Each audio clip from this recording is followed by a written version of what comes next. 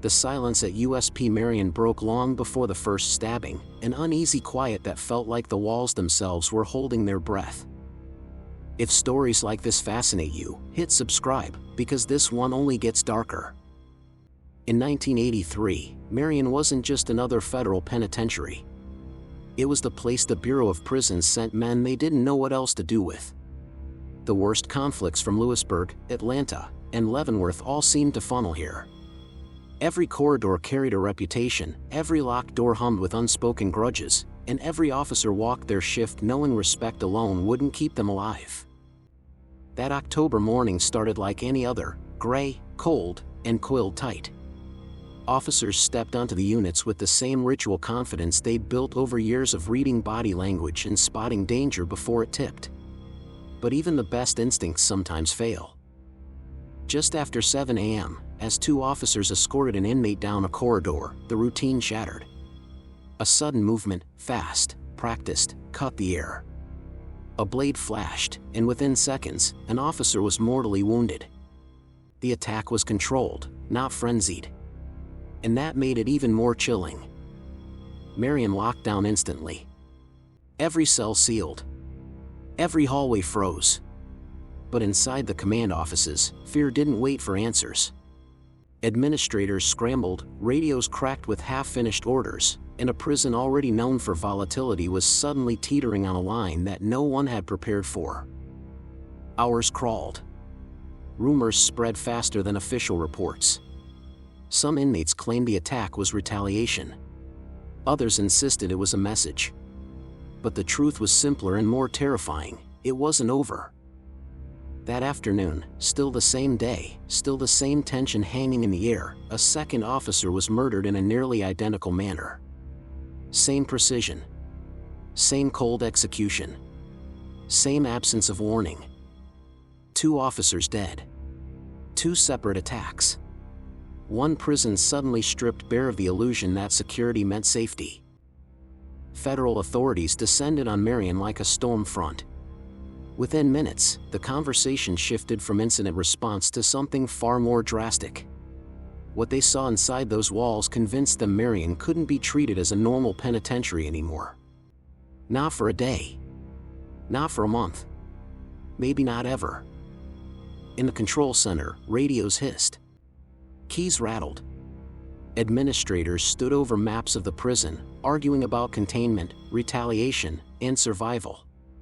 Some officers demanded immediate crackdowns. Others warned that any misstep could ignite a full-scale uprising. No one trusted the silence anymore. It felt like an accomplice. And for the inmates looking out from behind steel bars, something fundamental shifted. Freedom was already gone, but now movement, routine, and human contact were slipping away too. They could feel it tightening like a tourniquet. By nightfall, one thing was clear: Marion wasn't returning to normal operations. Not tomorrow. Maybe not ever. But the real transformation, the one that would rewrite American prison history, was only beginning. Because behind closed doors, officials made a decision that would change corrections forever, a decision no one inside those cells was prepared for. When word spread that Marion would not reopen its doors the next morning, or any morning soon, the prison shifted into a different reality. The cells stayed sealed. The tier lights dimmed to a constant, artificial dusk. And every man inside understood it instantly: this wasn't a temporary response. This was a recalibration of power. The Bureau called it administrative necessity. The inmates called it something else entirely. If a place already built on control suddenly finds a new level of it, the people trapped inside feel the change first. Cell doors that once opened for meals stayed shut. Yard time evaporated. Conversations through the slots became whispered, coded, suspicious. A few hours after the second killing, normal life had shut down so completely it might as well have never existed. Within days, a shadow system emerged, one that had always existed underneath Marion but now operated with nothing to obstruct it. Communication lines between cells grew sharper. Some inmates used the isolation to build alliances, while others used it to settle old debts from other prisons. Even silence became a weapon.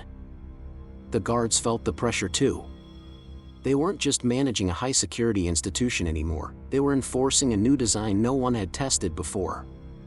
Every step on the range became a negotiation between duty and self-preservation. Some officers pushed harder, believing force would restore order. Others stayed quiet, convinced the inmates were waiting for the smallest mistake. Meanwhile, administrators scrambled behind closed doors. Reports poured in from Washington, comparing Marion's violence to the most volatile moments in federal prison history. But this time, the directive wasn't to stabilize, it was to study. Marion had become a living experiment, a prototype for something bigger. Isolation wasn't new. But permanent, 24-hour lockdown for an entire population? That was uncharted territory. And the Bureau wanted to know how far it could go. Tension climbed in strange ways. Inmates paced grooves into concrete floors. Some talked to themselves. Others pressed their ears against steel to catch anything, the jingle of keys, a cough from downrange, the faintest clue that the world hadn't collapsed entirely. The deprivation carved at them slowly, like the prison was sanding down their identities hour by hour. But the most shocking shift wasn't what the inmates felt, it was what they realized. Patterns began to emerge. Some units weren't receiving the same mail. Some cells were searched repeatedly while others were ignored. Some men got medical visits, others waited weeks. The isolation wasn't just about safety anymore. It was targeted, measured, intentional. Then came the moment that reframed everything. An inmate on one of the most restrictive tiers received a confiscated memo slipped back to him through unclear channels. A document he was never meant to see. Its message was short, clinical, and devastating. Marion wasn't being locked down because of the killings. It was being redesigned. And the blueprint for America's first true supermax was unfolding right around them. The revelation spread slowly, cell to cell, like a fault line splitting the prison beneath everyone's feet. Men who once believed the lockdown was a temporary clampdown now understood the truth. Marion wasn't reacting to violence. It was evolving because of it. They were living inside the prototype of a future none of them had agreed to, and none of them could escape. The transformation became clearer with each passing week. Movements were reduced to almost nothing. Meals slid through slots. Medical checks occurred through steel instead of human presence. Conversations between inmates drifted into silence, replaced by the dull hum of ventilation and the rhythmic tap of officers announcing their rounds. But the psychological shift, the part that no report could fully capture, was the most profound. Some inmates tried to hold on to routine, marking days with push-ups or quiet reading. Others slipped into themselves, pacing the length of their cells until their bodies ached. A few tried resisting in subtle ways, refusing trays, covering windows, tapping coded messages to keep a sense of control. Small acts meant to remind themselves they were still human. Administrators monitored everything. Every change in mood. Every deviation in behavior. Every adaptation. The prison wasn't just locking down, it was studying the effects of total control in real time. And as the weeks became months, the data pointed toward a chilling truth: long-term isolation was effective. Not humane, not restorative, but effective. Violence dropped. Movement stilled. Resistance fractured under the weight of routine deprivation. By the time federal officials returned to Marion for a full assessment, the place felt less like a correctional facility and more like a sealed environment engineered for compliance. The transformation was complete enough that they didn't ask the usual questions. They asked new ones. Could this be replicated? Could it scale? Could this become the future of high-risk incarceration in America? Their answer was yes. For the officers, the shift brought its own consequences. Some felt safer behind the new barriers. Others felt uneasy enforcing a system that stripped away every trace of normal human rhythm.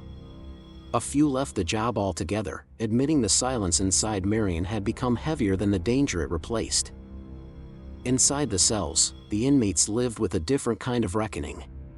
The men who once challenged the system with force now found themselves confronting something impossible to fight: the absence of freedom layered on top of the absence of movement, routine, or connection. The walls weren't closing in, they had already closed. And beyond Marion, the ripple spread. Plans circulated in Washington. New facilities were drafted. Designs emphasized sealed units, indirect supervision, electronic surveillance, and near-total isolation. Years later, when the doors of ADX Florence opened, experts would point back to this moment and say, it started at Marion. The 1983 lockdown didn't just seal a prison. It reshaped a country's philosophy on punishment, safety, and the limits of human endurance inside concrete. And for the men who lived it, the legacy wasn't written in policy, it was written in silence. If you think this story was intense, the next one will leave you speechless. Subscribe for more true crime stories that'll keep you on the edge of your seat.